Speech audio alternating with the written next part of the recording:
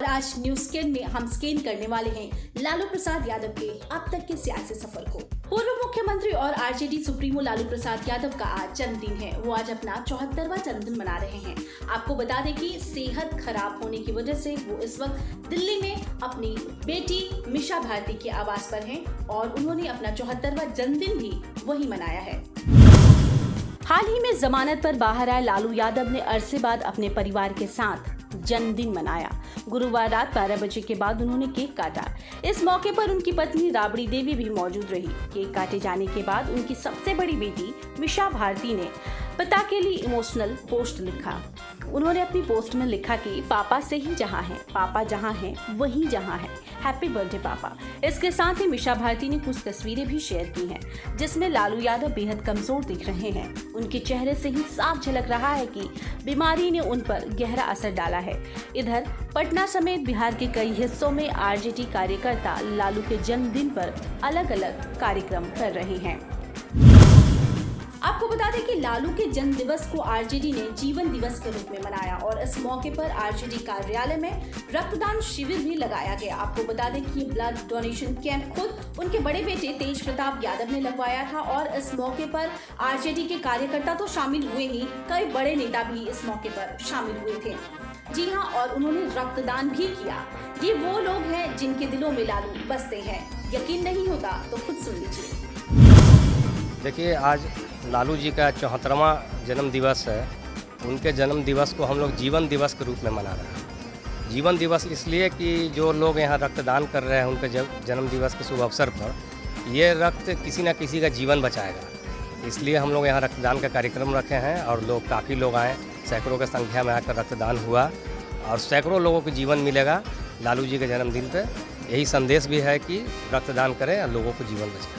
और हमारे आज भगवान का जो बर्थडे है, जन्मदिन है, इस पे हम पूरे बिहार के लोग से विनती करते, प्रार्थना करते कि हमारे बड़े साहब को लंबी उम्र मिले और स्वस्थ रहें। यही कामना करते कि आप लोग भगवान से मनाएं कि हमारे साहब आदरणीय लालू प्रसाद यादव स्वस्थ रहें, दीर्घायु हो। लालू यादव को हम ढेरों बधाइयाँ देंगे। हम जल्दी उनको कामना करते हैं कि भगवान से, ईश्वर से कामना करते हैं वो जल्दी स्वस्थ हो जाएं और बिहार की गद्दी में, राजनीति में आए, बिहार की गद्दी को संभालें।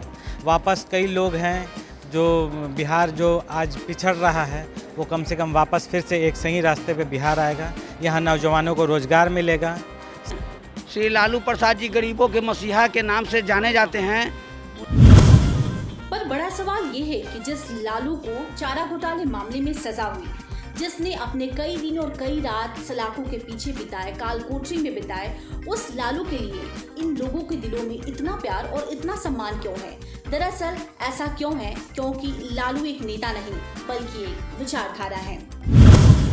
जीवन में कई उतार चढ़ाव देखने वाले भारतीय राजनीति के नैसर्गिक नेता लालू प्रसाद यादव इन दिनों अस्वस्थ हैं। ज्यादा कुछ नहीं बोलते, अलबत्ता कभी कभार उनका ट्वीट पढ़ने में जरूर आता है, मगर वो भी एक दौर था जब वे अपने चुटकुले अंदाज और हास्य विनोद से लोगों के चेहरे पर मुस्कान बिखेर देते थे। यहाँ तक कि उनके विरोधी भी उनके अंदाजे बयां के कायल थे। धर्मनिरपेक्षता, सामाजिक न्याय और समरसता के सवाल पर कभी समझौता न करने वाले लालू प्रसाद ने व्यक्तिगत मतभेद के बावजूद मंडल आयोग की सिफारिशों पर विश्वनाथ प्रताप सिंह का साथ दिया। अपनी राजनीतिक शैली से जहां उन्होंने देश के शीर्ष नेताओं से अपना लोहा मनवाया, वहीं वे आम लोगों से ठीक उन्हीं की बोली बानी में जुड़े। वे अपना हुलिया इस तरह रखते कि लोगों को लगता कि वे उन्हीं के बीच हैं, उन्हीं के जैसे। दरअसल लालू प्रसाद अपनी ठेठ गवई शैली में जनता से सीधे जुड़ते रहे हैं। अपने विरोधी का भी सम्मान करने और उन्हें अपना बनाने की कला को लालू प्रसाद से सीखे। उनके करीबी सहयोगी रहे और कुछ समय के लिए उनके धूर विरोधी हो गए। शिवानंद तिवारी के जुबानी सुनिए उनके दरिया दिली के किस्से। और देखिए नीतीश कुमार, नीतीश कुमार को फायदा मिला उससे। भले उजवर साहब का नाम लेते हो कि हमको चमकाने में बहुत बड़ी भूमिका हम लोग, असल में दिक्कत क्या होता है कि जो बड़े लोग हो जाते हैं तो शुरुआती दिनों में जो ठेहा होता है जिस पर खड़े होकर थोड़ी ऊंचाई हासिल करते हैं वो याद नहीं रहता है लोगों को। तो नीतीश जी को मैंने कहने में संकोच होता है, लेकिन लालू यादव का दूसरे तरफ आप व्यक्तित्व देखिए, उसकी पर्सनालिटी देखिए। मैंने आश्चर्यजनक है कि जेल गया लालू यादव, और जेल से निकलने के बाद हम उस समय विधायक हो गए थे समता पार्टी से, पीरू से। लालू यादव ने हमको टेलीफोन किया सुबह सुबह 7 बजे। हमारे अखबार और चाय लेकर के बैठे हुए थे, हमारे यहाँ टेलीफोन आया कि फलाने नंबर से बोल रहे हैं। हम क्या? हाँ, तो लीजिए बात कीजिए। अभी कौन बात करेगा? तब तक लालू यादव की आवाज आती है, बाबा प्रणाम। अब समझिए कि मेरी क्या हालत हुई होगी। जिस आदमी के खिलाफ हमने मुकदमा दर्ज कराया, लड़ाई लड़ी, उस लड़ाई का परिणाम जो है लालू की जेल यात्रा में बदला। वो जेल से निकलने के बाद हमको फोन कर रहा है, बाबा प्रणाम। अब ये देखिए, उसकी मैंने कोई साधारण बात नहीं है, यह साधारण बात है। तो लालू के पर्सनालिटी की जो खूबी है उसका कोई मुकाबला नहीं है। और आइए अब ये जानते हैं कि गरीब गुरबा लोग लालू प्रसाद यादव को गरीबों का मसीहा क्यों कहते हैं। लालू प्रसाद ने हर जाति और जमात के लोगों को लीडर बनाया। वे भारतीय राजनीति के उन चंद नेताओं में से एक हैं जिन्होंने वंचितों और उपेक्षित वर्ग के गरीब गुरबों को न केवल सिर उठाकर स्वाभिमान से जीना सिखाया, बल्कि सत्ता में हिस्सेदारी भी दिलाई। उन्होंने दरोगा की नौकरी के लिए पैरवी कराने आए एक सज्जन को कह दिया कि तुम थाने का दरोगा बनना चाहते हो, बिहार का दरोगा बनो, और उन्हें चुनाव लड़ने की सलाह दी। उस सज्जन के पास पैसे नहीं थे तो उन्हें 1.25 लाख रुपए चुनाव लड़ने के लिए भी दिए। संयोग से वो चुनाव जीत गए। ये थे सुरेश पासवान। उस चुनाव में खर्च के बाद 25,000 बच गए। वे लौटाने पहुंच गए, कहा कि ये आपकी अमानत थी। इस पर लालू प्रसाद ने कहा, इसे अपने पास रखो, तुम्हारे काम आएंगे। पत्थर तोड़ने वाली भगवती देवी और लालू प्रसाद ने ही चुनाव लड़ने के लिए टिकट दिया और मांझी जाति से आने वाली इस मजदूर महिला को संसद पहुंचा दिया। सुरेश पासवान और भगवती देवी महज मिसाल हैं। ऐसे कई नाम हैं जिनकी तकदीर लालू ने अपने हाथों से लिखी। उस समुदाय और जाति की न सिर्फ तस्वीर बदलने की कोशिश की, बल्कि समाज को परिवर्तन का संदेश भी दिया। तो इसलिए बिहार की केंद्र की राजनीतिक में छाए हुए हैं लालू, और उनके विरोधी चाहकर भी उन्हें धूल नहीं चटा सके हैं। यकीन नहीं होता तो देखिए पिछले 3 दशकों से कैसे बिहार की राजनीतिक में छाए हुए हैं लालू। 10 मार्च 1990 से अब तक, यानी करीब 3 दशक से ज्यादा वक्त से बिहार की राजनीति के केंद्र में लालू प्रसाद यादव ही रहे हैं। इस दौर की पूरी राजनीति गोलबंदी लालू के पक्ष या विपक्ष में होती रही है। चुनाव में हार और जीत दोनों का रिकॉर्ड लालू यादव के नाम ही रहा है। एक खासियत और ये भी रही कि इस अवधि में सभी राजनीतिक दलों ने लालू प्रसाद यादव का समर्थन किया और विरोधी भी। 1990 में लालू प्रसाद सत्ता में आए तब कांग्रेस को छोड़कर सभी दलों ने उनका समर्थन किया था। भाकपा माले की पूर्ववर्ती IPF ने उनकी सरकार को नकारात्मक समर्थन दिया था। लाल कृष्ण आडवाणी के रथ को रोकने के पहले बीजेपी भी उनके साथ खड़ी थी।